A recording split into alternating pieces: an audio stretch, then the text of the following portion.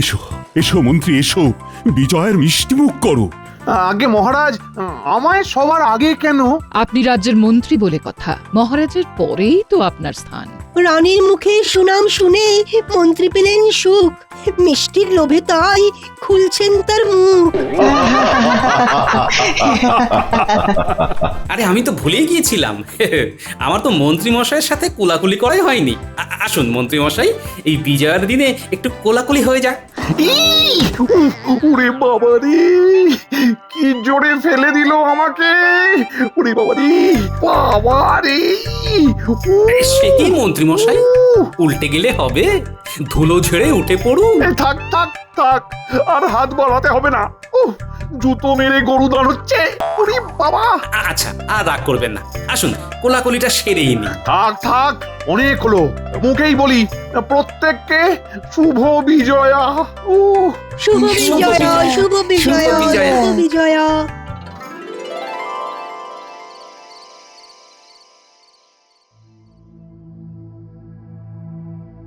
কি গো গিন্নি, তোমার মুখটা এমন ভার ভার কেন? ভালো লাগছে না। হ্যাঁ, ও বুঝেছি, পুজোতে মেয়েটা এবারে এখানে আসতে পারেনি বলে, তাই না? 3 মাস হয়ে গেল মেয়েটাকে দেখিনি। হ্যাঁ আর চিন্তা করো না, তোমায় তো চিঠিতে লিখেছে বিজয়ের পরেও আসছে।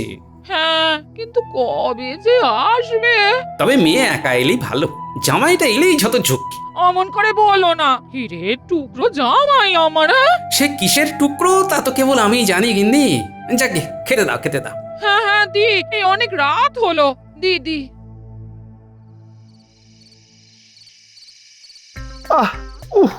ওরে বাবা, পড়ে গিয়ে কোমরটা একেবারে যেন ভাজা ভাজা হয়ে গেছে। কি ব্যথা গো! গরম ভাত রেঁধেছি, ওই ভাজা দিয়ে চারটি খেয়ে নাও তো দেখি। মস্করা করছো? কি করব বলো বলো, একটা ভাত নাকি মন্ত্রীর হাড় ভেজে দিচ্ছে, তো মস্করা না করে উপায় আছে? অনেক দেখেছি গিন্নি, এবার দেখবে গোপাল মজা।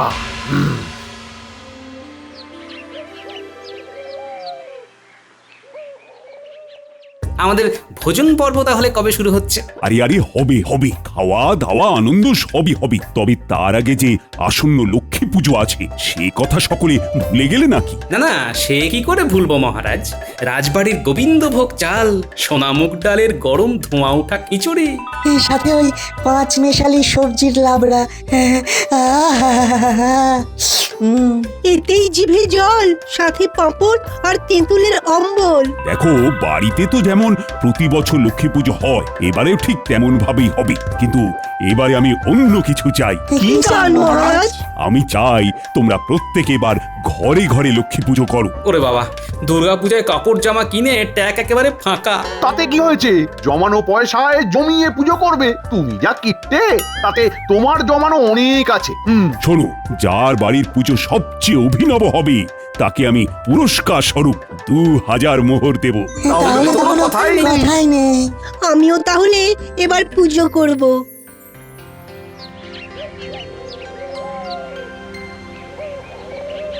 তাহলে তুমি ঠিকই করে নিয়েছো যে এই সামান্য ব্যাপারটার জন্য আমার উপরে রাগ করে থাকবে, আর কথাও বলবে না, তাই তো?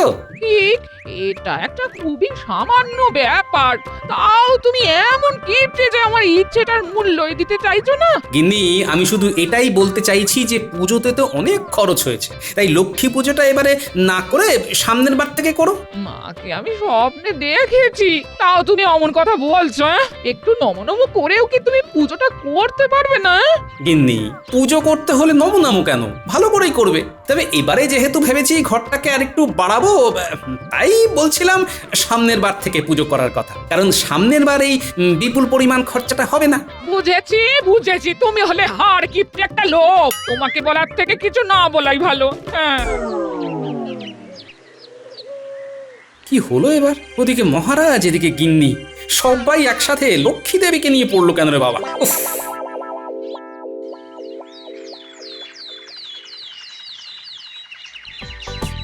ভজ গৌরাঙ্গ কহ গৌরাঙ্গ, লহ গৌরাঙ্গের নাম রে।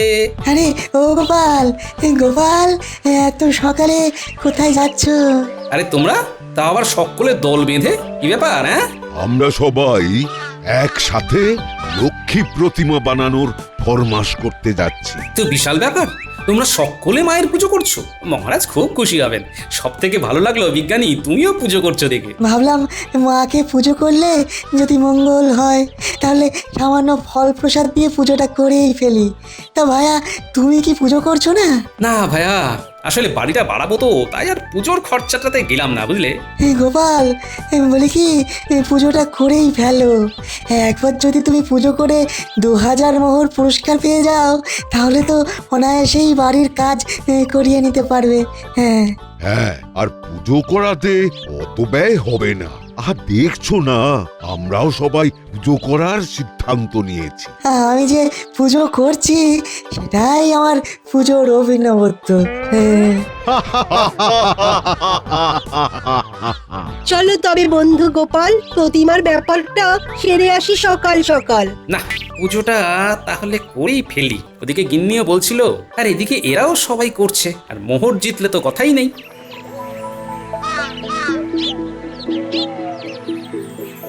আমায় একটা মাঝারি ধরনের লক্ষ্মী প্রতিমা গড়ে দিতে হবে, তোমার ওই বাম দিকের মাঝারি আয়তনের প্রতিমাটির মতো। মুখটা ওই রকম আদলেরই চাইছেন তো? হ্যাঁ হ্যাঁ, বলছি কত মোহর? দেখো আবার বেশি বলো না, যেন কম করে বলো। 100 মোহর, এর চেয়ে কম হবে না। আমায় দেখাও তো দেখি বেশ বড় সড়ো আদলের সুন্দর প্রতিমা, যেটিকে দেখে হবে আমার নিজেরই গরিমা। বেশ, তবে এই দেখুন, কম হবে না, এক দর। তাই গুনে গুনে দিন 500টি মোহর। হ্যাঁ, আমাকে দেখাও একদম ছোট্ট প্রতিমা, মোটামুটি 50টি মোহরের মধ্যে। তবে এই দেখুন, একদম ছোট্ট প্রতিমা, 60 মোহর।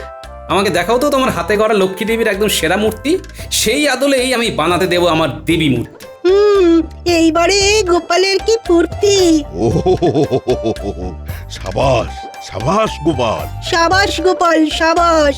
তোমরা যখন উৎসাহ দিলে, ওদিকে গিন্নিও যখন আবদার জুড়েছে, তখন ভাবলাম করছি যখন একদম ঘটা করেই করি। করো করো, ওদিকে খবর পেয়েছি মন্ত্রীও উঠে পড়ে লেগেছে। এই দেখুন, এইটাই হলো আমার হাতে করা মায়ের সেরা আদল। মূল্য হলো 800 মোহর। আহা, কি কি অপূর্ব মূর্তি, দেখে দেখে চোখ জুড়িয়ে যায়। সত্যি তাই? আচ্ছা, একদম হুবহু এই আদলেই বানিও, কেমন? আমি বরং তোমায় 700 মোহর অগ্রিম দিয়ে যাচ্ছি, আর 100 মোহর প্রতিমা বাড়িতে পৌঁছানোর পর দেবো। আচ্ছা দাদা।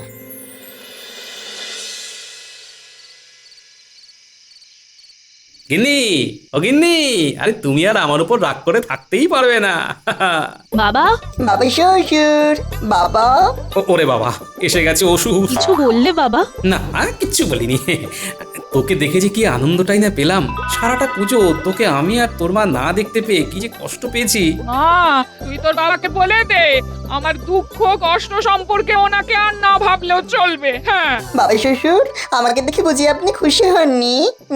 বাবা, সেটা আর না হয় নিজের মুখে নাইবা বললাম। গিন্নি শোনো, এবারে আমাদের বাড়িতেও লক্ষ্মী পুজো হবে। আমি একদম সেরা মৃৎশিল্পীর কাছে সেরা প্রতিমা গড়ার ফরমাইশ করে এসেছি। এত আদিক্ষেতা না করলেও হতো। ওই দেখো, হাঁড়িতে একতাল মাটি রেখেছি, ভেবেছিলাম ওই মাটি দিয়েই প্রতিমা বানাবো। হ্যাঁ বেশ তো, 2 রকমের প্রতিমারই পুজো হবে আমার বাড়িতে, কি আছে? তাছাড়া মহারাজ বলেছেন আমাদের সকল সভাসদকে পুজো করতে। তার ভিতরে যে সভাসদের পুজোর মধ্যে উনি নতুনত্ব খুঁজে পাবেন, তাকে তিনি 2000 মোহর পুরস্কার দেবেন। গিন্নি, বাবা, কার কাছে ঠাকুর বানাতে দিলে? নিতাই শিল্পীর কাছে রে মা, কৃষ্ণনগরের সেরা মৃৎশিল্পী। বাবা, আমার না খিদে পেয়েছে, কিছু তেলে ভাজা আনার না? বাবা, তুমিও তো এ বাড়ির জামাই, তাই বুড়ো শ্বশুরটাকে না খাটিয়ে তুমি নিজে গিয়েও তো তেলে ভাজা এনে আমাদের সকলকে খাওয়াতে পারো। নিজেকে এত দূর বয়ে আনলাম, হলো না? আবার এখন তেলে ভাজা বয়ে আনতে হবে? ধুর, ভালো লাগে না। শুভ বিজয়া বাবা, এসো প্রণাম করি। আয় আয়, বুকে আয় মা, বুকে আয়। এই তেলে ভাজা আনতে গিয়ে কত দেরি হয়ে গেল, রাত হয়ে গেল। বাবা, হাট কি কম দূর? গিন্নি, ও গিন্নি, দরজা খোলো, আর দাঁড়াতে পারি না, আরে মাথা ঘুরছে গো। খোলো খোলো, দরজা খোলো গিন্নি। এই ওই লোকটা তো পড়ে যাচ্ছে দেখছি, মা যাই শিগগিরই ধরি। গিন্নি তাড়াতাড়ি এসো, মাথা ঘুরে পড়ে যাচ্ছে গিন্নি। না না, আপনি পড়েননি, আমি ধরে নিয়েছি, ভয় নেই। এই কে বাবা তুমি? কে? আরে আরে, চেনা চেনা লাগছে তোমায়। তুমি কি আরে মন্ত্রীমশাই, আসলে অন্ধকারে বুঝিনি, চেনা তো লাগবেই। আমি হলাম গোপালের জামাই। আসলে হাটের দিকে তেলে ভাজা কিনতে গিয়েছিলাম তো, এদিককার দোকানে পাইনি। ও ও তাই বলি, তুমি ওই হতচ্ছাড়াটার জামাই। আমি গিয়েছিলাম বৈদ্যর বাড়িতে, তোমার শ্বশুর মশাই আমায় এমন ধাক্কা দিয়েছে যে সারা গায়ে পড়ে যাওয়ার ফলে অসহ্য ব্যথাও হয়েছে গো, অসহ্য ব্যথা। কি আর বলি, বাবা শ্বশুরটা ওরকমই। দেখুন না, আমি জামাই, এদিকে আমাকে কিনা দোকানে পাঠিয়েছে। কি অবস্থা বলুন তো। ও তা কতদিন আছো এখানে? শুনলাম বাবা শ্বশুর লক্ষ্মী পুজো করবেন, তাই ভাবছি কম করে মাসখানেক। কি কি বললে? গোপাল পুজো করবি? তাই কি শুনলাম, ঠাকুরও করতে দিয়ে এসেছেন। এই দাঁড়াও দাঁড়াও দাঁড়াও, ব্যাপারটা জানতে হবে আমায়। তবে তবে এখন হবে না, রাত হয়ে গিয়েছে। কালকে একবার সময় করে সকালের দিকে আমার বাড়ি এসো, বুঝলে? তোমার শ্বশুরকে জব্দ করব। হ্যাঁ, ওনাকে জব্দ করতে আমি এক পায়ে রাজি। চলে আসবো। তা আপনি এখন ঠিক আছেন তো? হ্যাঁ হ্যাঁ, এখন এখন ঠিক আছি। ও তখন তখন একটু মাথাটা ঘুরে গেছিল। এখন এখন যাও। হ্যাঁ, কালকে দেখা হচ্ছে তাহলে। হ্যাঁ, কালকে। তাহলে বাবা তুমি বলছো নিতাই পটোর হাতে গড়া প্রতিমাই সেরা? হ্যাঁ মা, আমার যে কি আনন্দ হচ্ছে। আমার ঘরে লক্ষ্মী পুজোর সময় জীবন্ত এবং মাটির 2 প্রতিমাই থাকবে, আর তার সাথে তোর মা মানে আমার সংসারের অন্নপূর্ণা উপস্থিত থাকবে। আর বাবা, আপনি আপনার বাবার জীবনের কথা বেমালুম ভুলে গেলেন। ও, তুমি এসে গেছো? তা এত দেরি হলো কেন বাবা? হাটে গিয়েছিলাম, এখানকার দোকানে তেল ভাজা পাইনি যে। আহা বাছা, এই খুব কষ্ট হলো বলো। আহারে, তাই একটু হলো বই কি শাশুড়িমা, তবে ভালো মন্দ পেটে পড়লে সব ক্লান্তি জুড়িয়ে যাবে। এই যে এই বলি, কালকে ভালো পরিমাণে পাঁঠার মাংস, কাতলা আর ইলিশ মাছ এনে রেখো, বাবা জীবনকে রেঁধে খাওয়াবো। হ্যাঁ, চিন্তা নেই, সব এনে দেবো।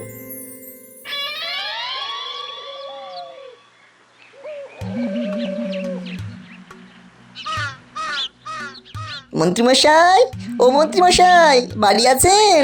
ও জামাই, এসে গিয়েছো? বেশ বেশ বেশ, আসো আসো আসো, ভিতরে আসো। হ্যাঁ হ্যাঁ, বলো বলো, কি খবর বলো। আগে বাবা শ্বশুর পুজো করছেন, আর নিতাই নামে কোন এক পটো আছে নাকি এই গ্রামে, তার কাছেই ঠাকুর করার ফরমাইশ করে এসেছেন। নিতাই পটোর কাছে? সে কি? সে তো ওই কৃষ্ণনগরের সব থেকে সেরা প্রতিমা শিল্পী। বেশ বেশ বেশ, তাহলে তাহলে এক্ষুনি যেতে হচ্ছে তার কাছে। গোপালকে কিছুতেই তার হাতে গড়া প্রতিমা বাড়িতে নিয়ে যেতে দেওয়া যাবে না।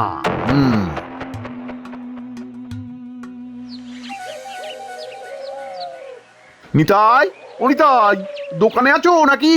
নিতাই। আগে কে? ও মন্ত্রী মশাই, আপনি এখন এখানে যে, কি ব্যাপার? ভনিতা না করে সোজা কথায় আসি। গোপাল কোন লক্ষ্মী প্রতিমা নির্বাচন করেছে, আর সেটির দক্ষিণা কত? আগে গোপাল দাদা এই প্রতিমার আদলে মূর্তি করার আদেশ দিয়ে গেছেন।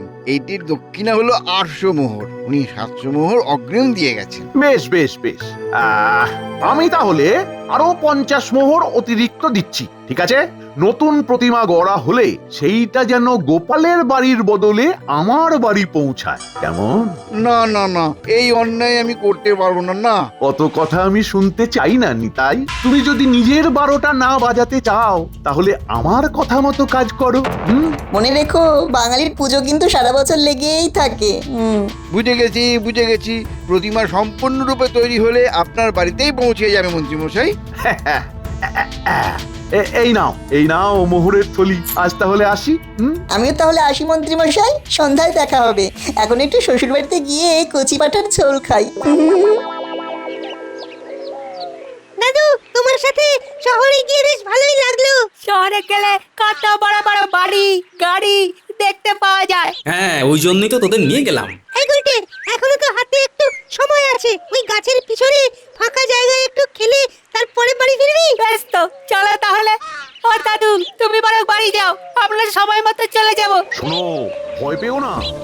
শ্বশুর উল্টে ও দাদু ওই দেখো গাছের তলায় তারা কথা বলছে। আরে আমার জামাই তো ওটা। ও বাবা, এই যে দেখছি মন্ত্রীর সাথে ঘাড় নাড়িয়ে নাড়িয়ে কথা বলছে। ব্যাপারটা সুবিধের নয়, কারণ জামাইটা আমার ভালো নয়, তার উপরে আবার মন্ত্রীর সাথে কথা বলছে দেখছি। তোরা শিগগির গিয়ে আড়ি পেতে শোন কি বলছে ওরা। আমি বাড়ি যাচ্ছি, এখানে আমার না দাঁড়ানি ভালো, বুঝলি? আচ্ছা না, গোপালের জন্য পোটোর হাতে গড়া প্রতিমাটা তো আর আমি এখানে রাখবো না, বাইরে বিক্রি করে দেব। তারপরে যা মোহর পাবো তার থেকে তোমাকেও ভাগ দেব। কিন্তু পটু যদি বলে দেয় বাবা শ্বশুরকে যে আমি আপনার সাথে গিয়ে তাকে হুমকি দিয়ে এসেছি? জামাই, এত সাহস পোটোর নেই। আমি বটা ঘটাকে দিয়ে পোটোর ঝাঁপ ফেলিয়ে দেব। লক্ষ্মী পুজো না কাটা পর্যন্ত কেউ ওর টিকিটাও খুঁজে পাবে না। তুমি কিচ্ছু চিন্তা করো না জামাই, নিশ্চিন্তে থাকো, কেমন? বাবা শ্বশুরের পছন্দ করার প্রতিমা তাহলে পুজোর আগেই গায়েব হয়ে যাচ্ছে। একদম। কি বদমাই জামাই রে বাবা। দাদু দিদা এই তো, আয় আয় আয়, কি শুনলি বল। দাদু, তুমি যে পটর কাজে লক্ষ্মী প্রতিমা করতে দিয়েছিলে, সেই পটকে হাত করে মন্ত্রী মশাই ওই প্রতিমা নিজে কিনে নিয়েছে। আরে এই কাজে মন্ত্রী মশাইকে সঙ্গ দিয়েছে তোমাদের জামাই। পটকে যাতে তুমি কে না পাকড়াও করতে পারো, তাই এই কদিন তাকে কোথাও একটা লুকিয়ে রাখবে মন্ত্রী মশাই। প্রতিমা গড়ার কাজ সম্পন্ন হলে সেই প্রতিমাটাকে ওরা কোথায় যেন বিক্রি করে দেবে। তারপর যা মোহর পাবে তা নিজেদের ভিতরে ভাগ করে নেবে। ছি ছি ছি ছি ছি ছি ছি ছি, এই মন্ত্রী মশাই ঠাকুর দেবতা নিয়েও এমন ছেলে মানুষই করতে পারে? একা মন্ত্রী মশাইকে দোষারোপ করো না, নিজের গুণধর জামাইয়ের কুকীর্তিটাও তো শুনলে। ঘর শত্রু বিভীষণ দেখছি। যাক, তা তোমার চোখ খুলেছে দেখছি। আমার 700খানা মোহর পুরো জলে গেল। ভাগ্যিস গিন্নি তুই বাড়িতেও একটা প্রতিমা বানিয়েছো। সেইটা দিয়েই না হয় পুজো হয়ে যাবে, কিন্তু নতুনত্ব কিছু এখন কি করে করবে? আসল প্রতিমাটাই তো গায়েব হয়ে যাবে। দেখছি কি করি, তবে জামাই ফিরু কাজ। ওর একদিন কি আমার একদিন। হ্যাঁ, আমায় কি আজ তবে সত্যি সত্যি কিছু খেতে দেবেন না বউ? বললাম তো না। তোমার লজ্জা করলো না মন্ত্রী মশাইয়ের সাথে হাত মিলিয়ে প্রতিমা সরানোর কাজে সামিল হতে? কি করব বলো, অনেকগুলো মোহর দেবে বললো। এ তাই বলে লক্ষ্মী প্রতিমা সরানোর কাজে সামিল হলে? কে না বড়লোক হতে চায় বলুন? আপনারা যখন আপনার মেয়ের সাথে আমার বিয়ে দিয়েছিলেন তখন তো বলেছিলেন যে আপনাদের ঘরের লক্ষ্মীকে নিয়ে যাচ্ছি, আমার প্রচুর ধন সম্পত্তি হবে। কিন্তু কোথায় কি হলো? যে তিমিরে ছিলাম সেই তিমিরেই তো আছি এখনো। না হলো ধন সম্পত্তি, না হলো দেদার বস্ত্র। বেশ, এই কথা তুমি যখন বলতে পারলে তখন আমার মেয়ে আর তোমার সাথে ও বাড়ি যাবে না। কি না না, আমি আর এমন করব না, আমাকে ক্ষমা করে দিন। আপনারা আমায় যা বলবেন আমি তাই করব। বেশ, তবে আজ থেকে একদম লক্ষ্মী পুজোর পরের দিন পর্যন্ত ঘরের যাবতীয় কাজ, এমনকি পুজোর জোগাড় যন্ত্র করা সব তুমি করবে। আমরা এই কদিন বিশ্রাম নেব। হ্যাঁ, পায়ের ওপর পা তুলে। হ্যাঁ, সম্পত্তি, বস্ত্র, এগুলোই হবে আমার পুজোর নতুনত্ব।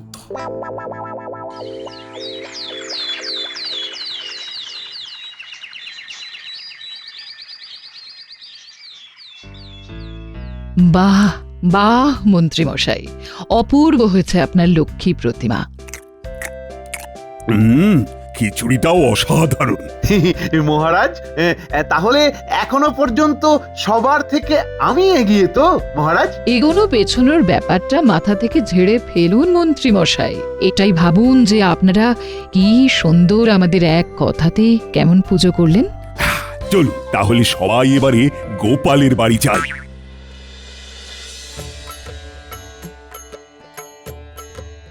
আসুন আসুন মহারাজ, রানীমা আসুন। বাহ, কি সুন্দর ছোট্ট লক্ষ্মী দেবীর মূর্তি তো গোপাল। বাহ, এই মূর্তি আমার স্ত্রী নিজের হাতে গড়েছে রানীমা। হ্যাঁ, অসাধারণ। আচ্ছা গোপাল, মূর্তির পাশেই নতুন কোণের কলেবরে লাল কাপড় দিয়ে ঢাকা ওই জিনিসটা কি? আগে রানীমা, ওটাই তো আমার পুজোর বিশেষত্ব। মানে কি কি আছে ওখানে? ওখানে চুবড়ি আছে মহারাজ, একদম উপরে রয়েছে সিঁদুরদানি। আচ্ছা, এরকম করে সাজানোর অর্থ কি গোপাল? মহারাজ, আমাদের পৃথিবী হলো শস্য শ্যামলা, তাই ধান শস্য রূপে মা লক্ষ্মীরই স্বরূপ। চাল যা আমাদের খাদ্য তা মায়ের কৃপাতেই আমরা পাই। মোহর বা ধন তাও মায়ের আশীর্বাদেই লাভ করি, আর বস্ত্রও মায়ের জন্যই জোটে। সুতরাং মায়ের পুজোতে তাই আমাদের জীবনের এই 4টে অপরিহার্য জিনিসকে আমি একসাথে সাজিয়ে রেখেছি মহারাজ। অপূর্ব অপূর্ব। অপূর্ব। না, গোপালের পুজোই সব থেকে অভিনব পুজো, আর কোনো সংশয় নেই। মহারাজ, গোপালকে এবারের পুরস্কারটা তুলে দিন। এই মহারাজ, রানীমা রানীমা, আমার পুজোটাই সব থেকে সেরা ছিল, একবার ভেবে দেখুন। যাও মন্ত্রী যাও, তুমি বরং বাইরে গিয়ে কপাল চাপড়াও। মন্ত্রীমশাই, আমাকে হারানোর জন্যে আপনাকে আরো আরো বুদ্ধিধর হতে হবে। শুধুমাত্র একে তাকে ভয় দেখিয়ে, গুম করে, এটা সেটা চুরি করে আপনি পার পাবেন না। চুরি করেও কিছু লাভ হলো না, তাহলে এরপরে কি ডাকাতি করবো নাকি? বাড়িতে মনে হয় আজ পুরস্কার জিতিনি বলে বউ খেতেও দেবে না। যাক, গোপালের বাড়িতেই বরং দুটো খেয়ে নি।